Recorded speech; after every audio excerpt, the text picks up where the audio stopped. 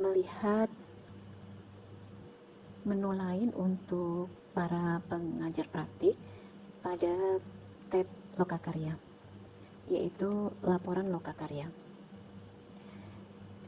Laporan Lokakarya ini akan muncul di semua tab, baik Lokakarya Perdana, Lokakarya 1, sampai ke Lokakarya 9. Kurang lebih menunya sama. Kita ambil sampel pada bagian laporan Lokakarya Perdana atau LK0A.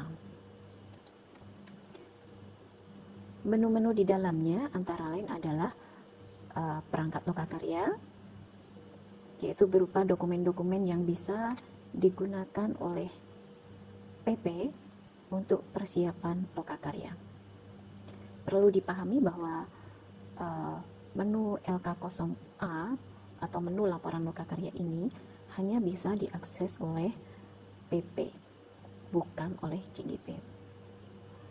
Selain dokumen perangkat Lokakarya, terdapat juga EO Blocks, yaitu catatan hasil Lokakarya, dan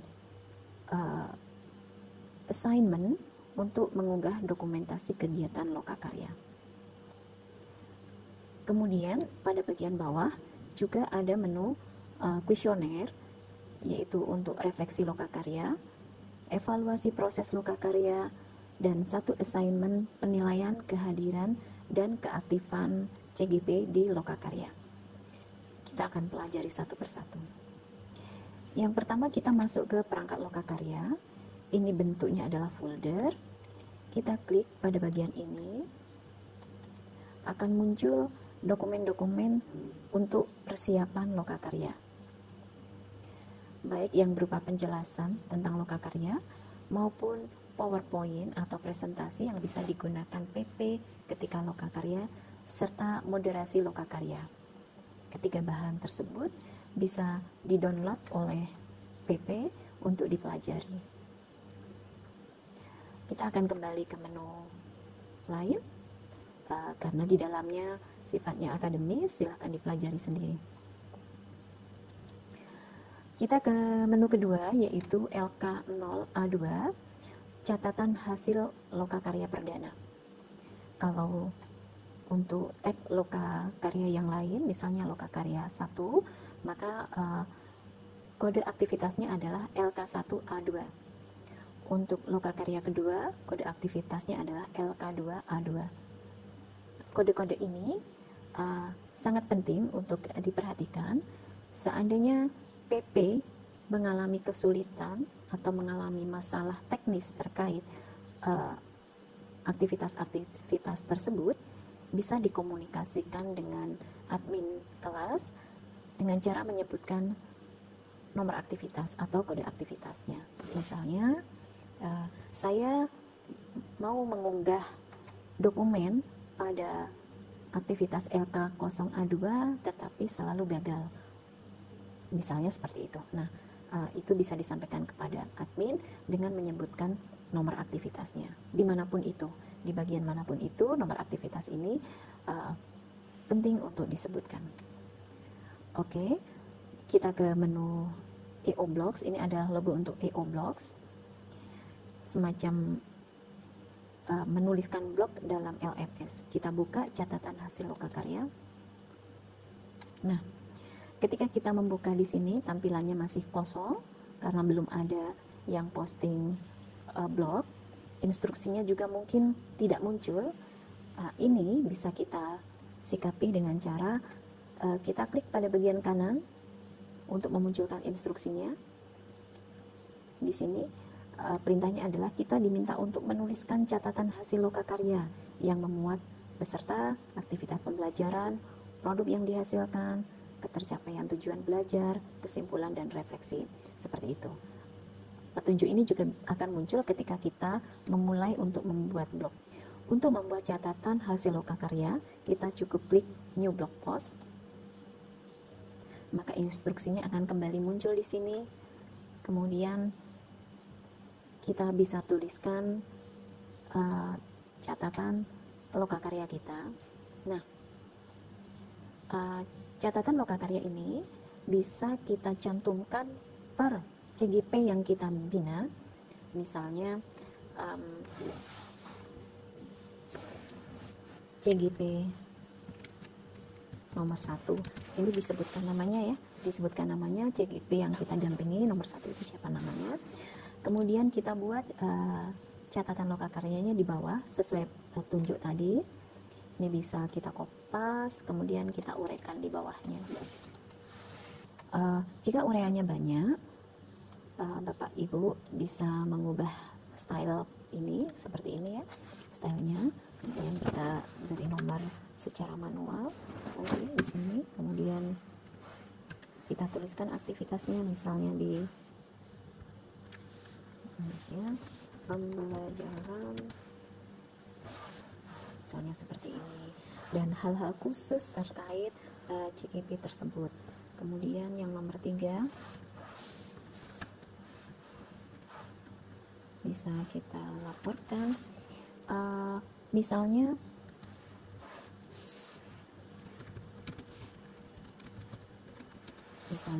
CGP menghasilkan peta pikiran, kekhawatiran, dan harapan, kemudian membuat komitmen antara kepala sekolah dan CGP, kemudian membuat rencana belajar dan refleksi lokakarya perdana seperti apa, itu disebutkan. Kemudian yang keempat, berisi ketercapaian tujuan pembelajaran. Juga perlu kita cantumkan apakah tujuan belajarnya tercapai atau tidak.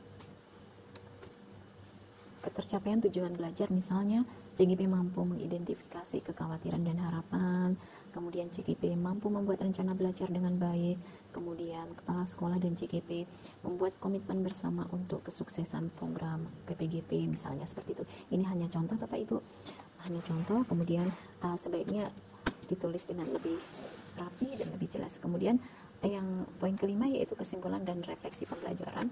Mungkin perlu kita tuliskan refleksi pendamping apa saja, kemudian refleksi CGP apa saja. Misalnya refleksi pendamping menyebutkan bahwa secara keseluruhan program lokakarya berlangsung dengan baik, seperti itu. Ini juga bisa kita atur lebih rapi, jadi kita tonjolkan bagian-bagian tertentunya dengan memanfaatkan tools yang ada di atas. Misalnya untuk refleksi CGP apa yang dipelajari, manfaat apa,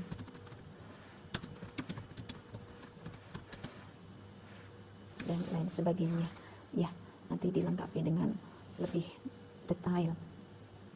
Bapak Ibu dalam menulis blog juga bisa memanfaatkan tool-tool di atas, misalnya akan mencantumkan gambar ya. Misalnya kita akan menambahkan gambar pada refleksi pendamping, kita klik bagian insert or edit image, kemudian kita ambil gambar pada komputer, sebaiknya gambar sudah disiapkan, kemudian pilih upload a file, choose file. Ini sekadar saya cantumkan gambar yang ada. Oke. Nah, di bagian deskripsi boleh Bapak Ibu sebutkan deskripsinya, misalnya gambar lokakarya perdana, foto lokakarya perdana misalnya. Kemudian jika tidak diisi, maka di sini this image is decoration only, itu harus diklik. Itu menandakan bahwa kita tidak harus memberikan deskripsi. Kemudian size-nya bisa kita atur. Alignment-nya bisa melekat ke bawah, ke tengah, atau ke atas. Kita coba middle, save image. Oke, seperti ini.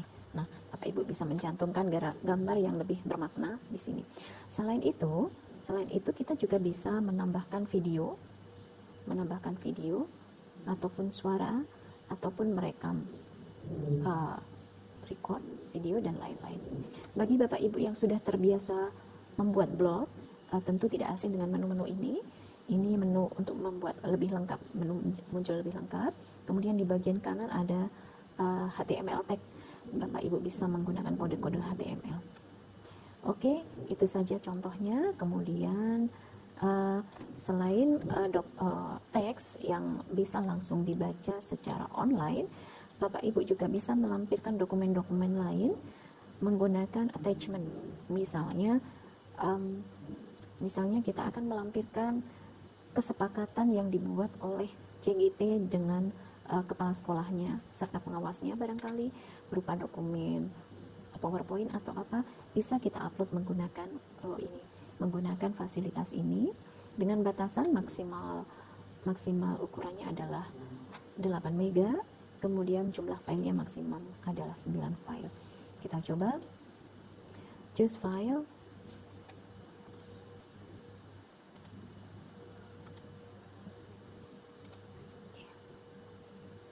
Oke, seperti itu. Setelah kita lampirkan file dan berhasil, pasti akan muncul di sini. Jika ukurannya melebihi kapasitas, maka biasanya akan ditolak. Jika kita merasa apa yang kita upload ini salah, kita bisa centang, kemudian kita delete, kemudian kita upload ulang. Oke, klik add pause. Nah, berikut ini sudah muncul Bapak Ibu, blog yang kita buat sudah muncul di sini. Ini adalah postingan saya untuk satu CGP. Untuk CGP yang lain, karena setiap pendamping minimal mendampingi 3 CGP, kita harus melampirkan blog sebanyak CGP yang kita miliki. Untuk membuat yang kedua, kita tuliskan new blog post di sini. Kemudian langkah-langkah tadi kita ulang, misalnya CGP nomor 2. Kemudian saya akan add post. Kita lihat hasilnya bahwa saya sudah memposting untuk CGP nomor 1 dan CGP nomor 2. Oke, kita kembali ke menu Lokakarya Perdana.